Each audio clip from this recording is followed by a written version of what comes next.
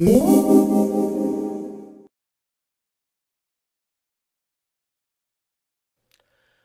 are some of the pictures we've taken using the light box that I just created. Here's one of some sugar scrub, actually apple sugar body scrub. As you can see, I've got this gray background that I was talking about.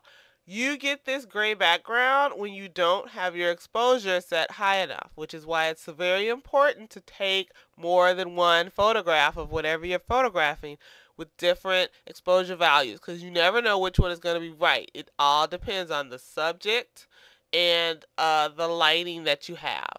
But the subject can change how your picture looks depending on how much color is in it and that sort of thing. That's what I've discovered. So it never hurts to take more than one picture. This exposure value was at +1, and this is the original picture that came out. It came out with this gray background.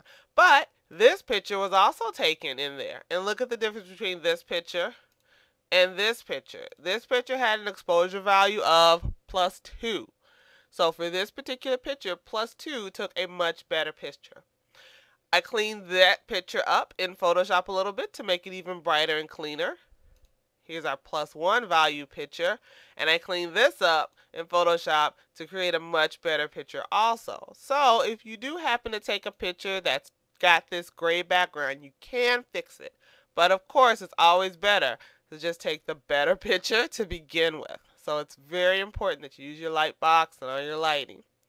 Next, we're going to show you this picture of a sugar scrub. Here's the original picture.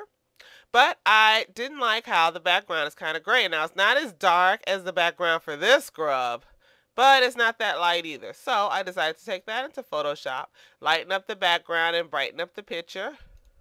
I brightened it up even more here, and I sharpened the picture too using unsharp mask, which cleared up the text and made it a little brighter and made the colors pop a little bit more. Just for a change of pace, I used a Wonder Woman figurine to illustrate how this works on whatever picture, whatever you're taking pictures of. Here she is with this gray background. Taking it into Photoshop, brightened up the background. Then I brightened up even more and applied unsharp mask to make a much sharper picture. And last but not least, here's a bottle of apple cinnamon shower gel. And it's got that gray background too, which I then brightened up in Photoshop.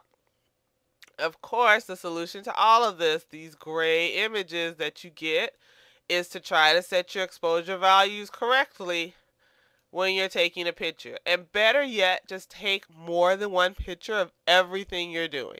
Then you won't have to go into Photoshop maybe if your picture looks like this to begin with.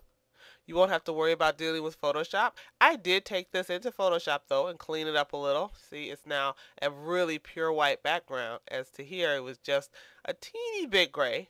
That's up to you. But this is a picture that you could post. This is a picture with a little bit of gray on it.